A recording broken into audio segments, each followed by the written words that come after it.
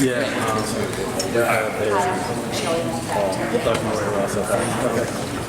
If we could like shift you, because we're going to need a little room. So we can do this. I can just stand it up. Morning, Jelly. How you doing? Good. Morning. Morning. Nick, how you doing? Fine, how are you today? Doing well. Good, good.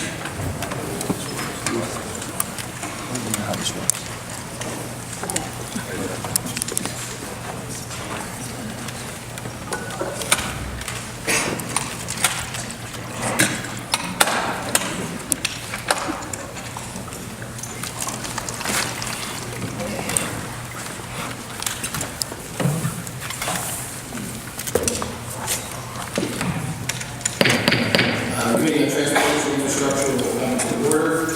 I want to welcome everybody here today. West Virginia Charleston, thanks for coming, especially our panel of witnesses today. First order of business is I'd like to ask unanimous consent that Senator Manchin be allowed to sit in the hearing today and participate in questioning without objection. And so, Senator, welcome to the Committee on Thank you, Mr. Transportation. Chairman. I appreciate it very much. We're pleased to welcome our distinguished witnesses today, starting with Rafael More Iersa. Garza. I started out, I apologize for it because I butchered that. He's the chairman of the U.S. Chemical Safety Board. Welcome. Mr. Michael Dorsey, Chief of Homeland Security and Emergency Response for West Virginia Department of Environmental Protection. Jimmy Jeanette, Director of West Virginia Division of Homeland Security and Emergency Management. Dr. Letitia Kiernan, Commissioner of Bureau of Public Health, Safety Health Officer, West Virginia Department of Health and Human Resources. Gordon Murray, who's Director from Pop Mary from Capital County, which I guess that's in good shape. Office of Emergency Services. Dale Petrie, who is the Kanawha County, West Virginia, the Homeland Security and Emergency Management Director, and Jeff McIntyre is the President of West Virginia American Water.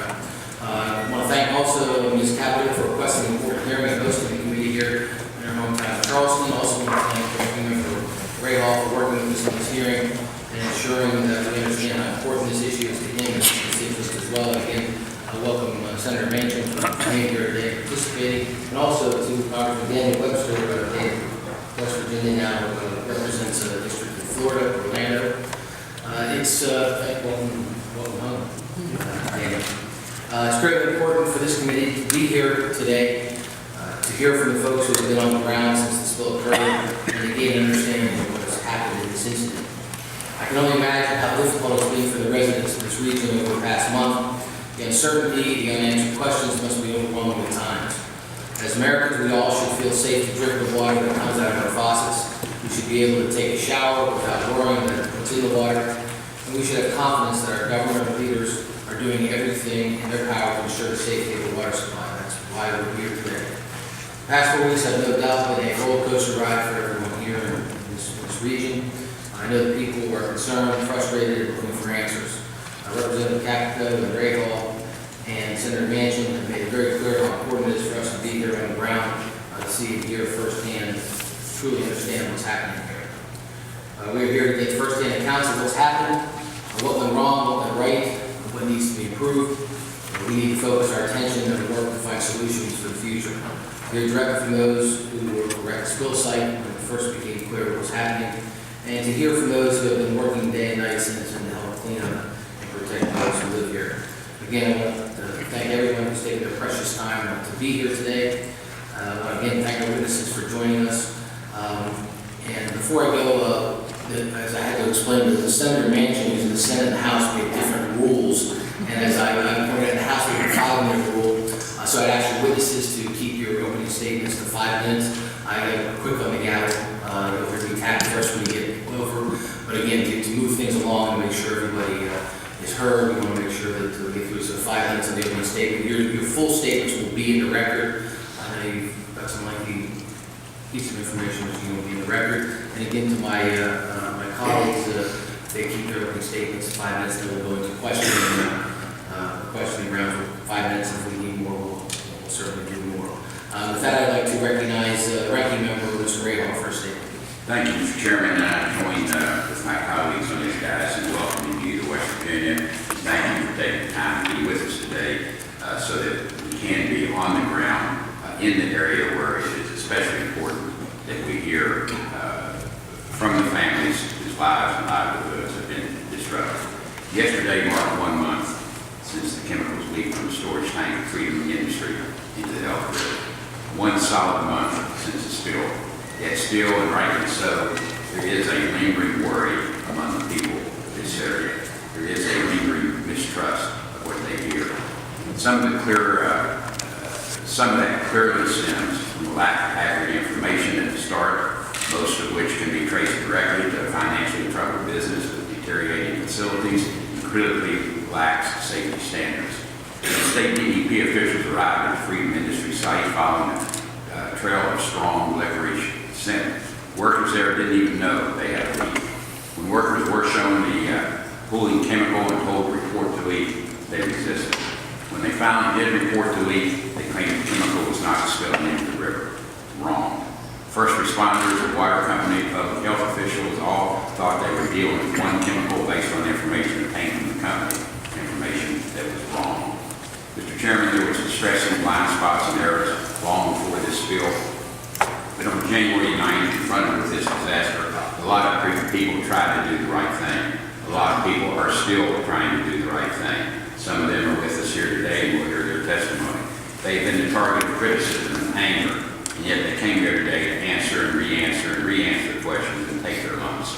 I think it speaks volumes that the one entity that is not here today, the one empty seat will have the witness table, if there was room to put that empty seat, belongs to the one entity at the epicenter of all of this, the one who totally blew it, and then gave bad information on which every effort to respond to the spill was built.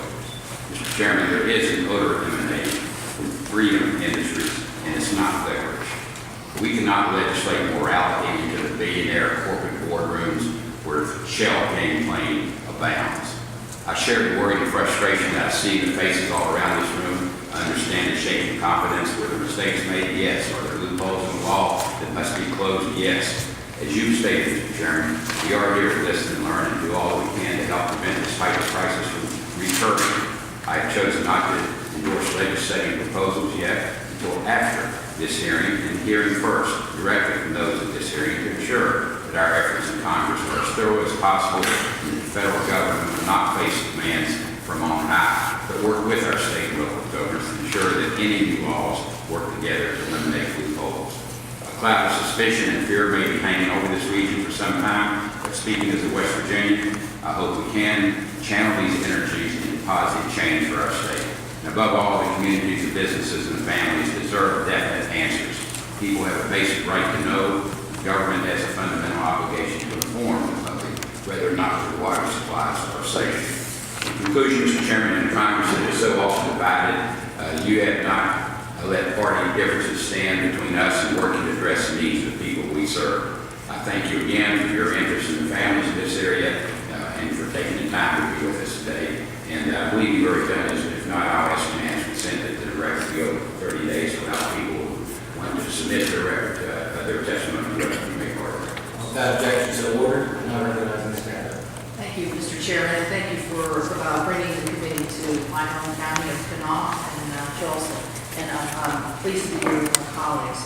The chemical spill occurred just a few miles from where we sit, and it's had a devastating effect on 300,000 people in the 9-county region. Small businesses forced to close. A lot of folks went without paychecks, and residents went without potable water. Our community is angry, anxious, and we need answers to how this spill occurred, the health effects, and how we can prevent it from happening again. And that's what we're here today for. Last week, 14 schools in Kanawha County reported smoke and lead. 3 of those schools were closed as a result, and several illnesses were reported. Those events demonstrate that a month after the spill, the effects still continue. I live in Charleston, and I use the water myself. Like everyone in this room and everyone in this community, we just want to have the confidence that the water coming out of our faucets is safe and our families are safe as well. Many West Virginians lack that confidence today. I think confidence is going to be the word we're going to be hearing quite a bit. Unfortunately, we won't be able to answer questions, as my fellow member from West Virginia talked about, from one of the relevant parties today. The president of Freedom Industries was invited to a meeting before the committee. We gave them the opportunity to answer these committee's questions that residents across this community have also been asking, and to explain its many failures that have hurt so many families and businesses. Unfortunately, he chose not to be here today to answer for what his company has done, and I find that extremely telling. If he were here today and had encouraged to come, I would have asked him this: when did you learn that a chemical was leaking from a tank at the facility? Why did it take so long to report that spill? How did you not know for 12 days or report that a second chemical was part of the mixture? And do you accept any responsibility for the catastrophic harm that caused our community? Their decision not to testify today compounds its gross misconduct and is an absolute affront to every person impacted by the spill. With that, I want to thank all the witnesses that are here today, not only for what they're doing today, but what they've done over the past month. This will help us gain a better understanding of what happened on January 9th. We need to learn from West Virginia American Water what it learned, when it learned of the spill, how it made the decision to keep the water flowing, and why the company did not know in advance of the spill what types of chemicals were stored in tanks just upriver from the water intake. We need to learn from the local responders who did a wonderful job. Thank you so much. How they mobilize and what we can do to improve their situation. From the Division of Homeland Security, we need to know the current status of water testing in public facilities across the impacted area and the state's plan for targeted, I noticed this was a discussion of late, in-home testing around the region. Many citizens are concerned about the flushing protocols, and we need to know the successes and failures in cleaning up the water system. From the DEP, we need to learn about the initial response to Freedom Industries site, the agency's plan to inspect similar facilities, and the implementation of both state and federal environmental laws. And from the Department of Health, we need to learn how testing protocols and safety standards were established and make sure that people are provided with accurate and timely information. One of the scariest parts of this incident, I think, occurred on Thursday when the CDC advised that pregnant women may wish to avoid the water until all traces of NCHM were removed, after first announcing that a universally applicable safe standard had been reached. Senator Manchin and I wrote to the CDC asking for testing protocols and what the agency's confidence in the health impact study, but their letter was severely lacking in the details that we needed. We invited the CDC to come here today. They declined that invitation, but they are working in an advisory role in assisting the state of West Virginia, who can learn from participation of state officials in settling the no health impact standards. Finally, from the Chemical Safety Board, we need to gain perspective on how this occurred and from happening again. To spur development of state programs, the state's done a great job, but I will be introducing the Ensuring Access to Clean Water Act when I return to Washington this evening. This bill requires the inspection of above-ground storage tanks like the one that linked to Freedom Industry, creates standards for the oversight of chemical storage facilities, and ensures that water utilities are given information about chemicals stored upstream, together with a plan on how to address emergency situations. The West Virginia legislature is considering legislation to address this issue, and Senator Manchin has proposed legislation that is similar to the bill I will introduce tonight. I want to thank everybody for coming. I look forward to your testimony and also the opportunity to ask those questions. Thank you, and now Representative Manchin for the next 5 minutes. Thank you, Chairman Schuster, and Ranking Member Ray Hall, Congressman Capito, and Congressman Webster for holding this hearing today to give it the national attention it deserves. I do understand the rules of the House, and I will more than abide by them, and I appreciate you having me as part of this bipartisan, bicameral. We need more of this, we really do, and it's such a good example for all of us, sir. Thank you. On January 9th, as been said a month ago, yesterday, thousands of gallons of crude MCHM leaked from the storage tank into the Elk River, contaminating drinking water for 300,000 West Virginians. In the immediate aftermath and the days since, I've been in continual contact with CDC and EPA, trying to assist and help the state. I know the state's been in contact with them also, and I appreciate that, and we'll be hearing your testimonies on that today also. The CDC has determined that the water is appropriate, and I say the word appropriate, to drink. I'm not sure of the definition of appropriate, but I'm trying to get into that more, and I'm sure you'll be able to clear that up today also. And they say its levels are below the 1 part per million, and I know we have questions about that benchmark. And then the non-detect level is supposed to be 10 parts per billion, which is 100 times more stringent than the 1 part per million. I'm personally, we have a little townhouse here, I'm personally using the water as I normally would use it, but I know a lot of people don't feel that way. And I believe that the people, and I believe the state will accommodate them having the ability to have it tested. I believe that will all happen. I really do. And with that being said, in our state, we've always done hard work. We've worked hard, and we continue to work hard. We're hardworking people to produce the energy, the chemicals, that power this country, but that cannot come at the cost of access to safe and clean drinking water or to the safety and confidence of the people of West Virginia. We've always said, if you can't do it right, don't do it. If it's not safe, don't do it. But with that, I think there's a balance between the environment and the economy, and it can be found if we all have a desire to do that. This bill should have never happened. There's no excuse for it. It really should have never happened. And as Congress, our responsibility to do everything that we can to keep it from happening again, not just in West Virginia, but anywhere in the United States of America. This is a wake-up call for this country. We were on the front end of this, but it's a wake-up call for the country. That's why I work with Senator Boxer, who's chairman of the Environmental Public Works Committee to develop the Chemical Safety Drinking Water Act. And it basically does things that we thought were already being done. We thought that all above-ground storage probably was being tested and checked, but not knowing that there was no laws on the book if it was not a hazmat material, it didn't have to be. And really, the EPA or the DEP didn't have any authority or power to go into these areas and do the testing. And I talked to Speaker Rainer about that. He's committed to helping and working with us, and our colleagues on both sides of the aisle are committed to fixing this. So I'm very appreciative of that. This bill sets minimum federal standards that chemical facilities must meet, including construction and leak detection requirements, fail-safe containment standards, and the development of emergency response plans. Our bill also requires that companies meet financial responsibility requirements. Taxpayers should not be forced to pay for the monetary damages incurred from this incident or any other chemical spill. Additionally, companies must inform the state, EPA, and local water systems of the chemicals they store. However, that information is only helpful if we have adequate health and safety data on these chemicals.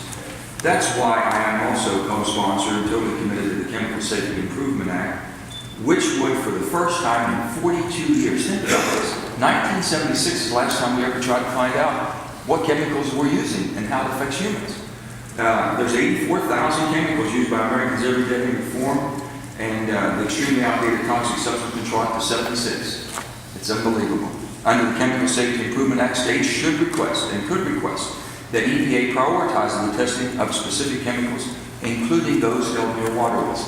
Even if they're not a hazmat or determined to be a hazmat material, everybody in every state is responsible for identifying any possibility and also having the CDC and the EPA test at the highest levels if they work. And for the chemicals like MCHM, the overwhelming lack of health and safety data is one of the criteria for designating a chemical as high priority. The bottom line is that no West Virginian American should have to worry about the contamination of the water. Thank you, Chairman Schuster and Ranking Member Rao, also Congressman Webster Peter and Senator Manchin. I am honored to be here. I am Rafael Morerazo and Chairperson of the U.S. Chemical Safety Board, or the CSB, in Washington, D.C. There are a few things that people here in West Virginia will never take for granted again. Common acts such as using tap water to prepare dinner for your family or drawing a bath for your child, and everyday activities that quickly become impossible for approximately 300,000 people on January 9, 2014. Is it clear?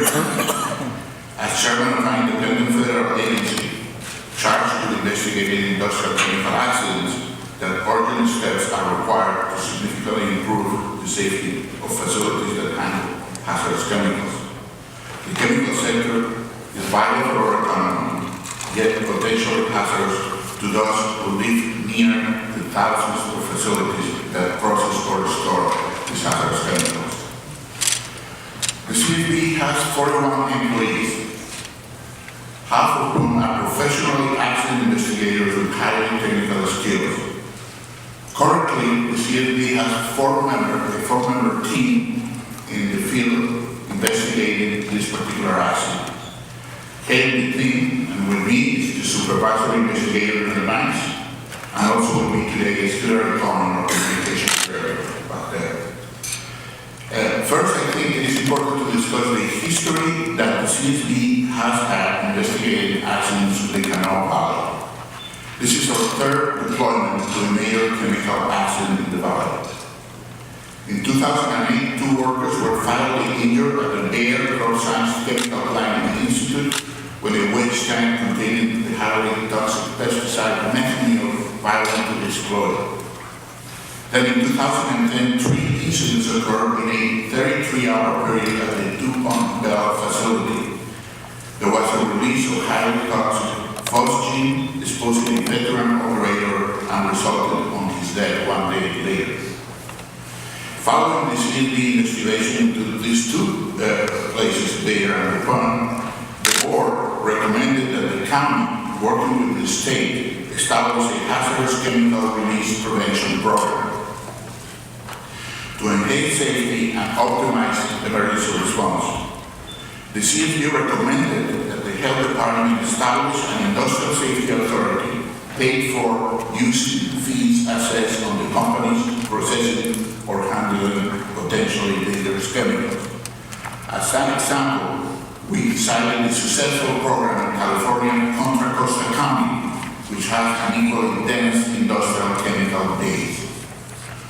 Although no regulatory program is 100% effective in Contra Costa, the program has reported a dramatic decrease in serious incidents over the years without any adverse impact on employment or the business community.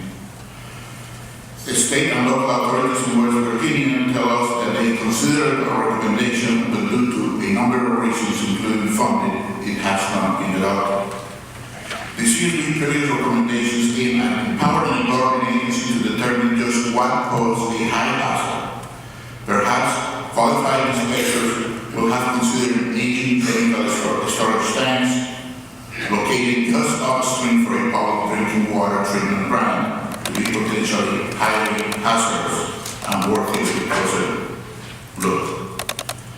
I am very encouraged by the recent effort mentioned here of legislators, including Representative Capito and Senator Rockefeller and State Delegate Skinner, who are all seeking to have the CSB recommendations implemented to protect West Virginia residents and businesses. I thank you all, and let's work together to get this done. All of those here today are all too aware of the recent events that occurred in the film industry. A significant amount of the chemical that we are discussing about in the CHN came into the technical CHA with containing also the propylene glycophenyl ether as part of it, was released in the Elk River and then eventually reached the Canal River. Today I'm here to discuss some preliminary findings into the CSB ongoing investigation.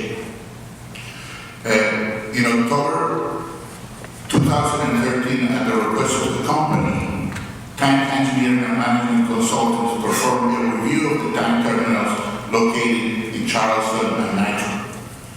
The evaluation was conducted and approved by an American Petroleum Institute 63 and 570 certificate inspector, who also has credentials as the National Association of Correctional Engineers.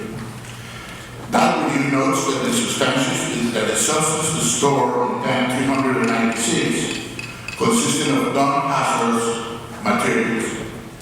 And as we said before, this is a classification that is a legal statement. It's not it doesn't reflect the problem on that we're seeing here in the ground. There has to be a wrap up this. Okay, yeah. The CSB has determined that the secondary containment wall, which was composed of cinder blocks and surround tank 396, provide very little protection from a possible release. Moving towards the CSB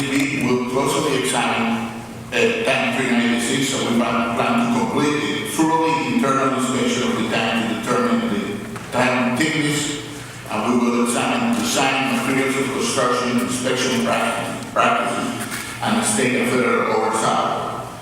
The team will also examine the response to the leak once it was discovered, and we will have information readily available for the public as that issue is developed, and we would like also to make recommendations about improvements to the Toxic Substance Control Act. I would like to conclude by strongly commending Senator Manchin, Senator Rockefeller, and Senator Boxer for promptly introducing legislation aimed at safe water supplies from chemical leaks. We are making recommendations of inherently safe. We'll include them all in the message. And we will continue coming to this community to keep you informed of the progress of our investigation. Your full statement will be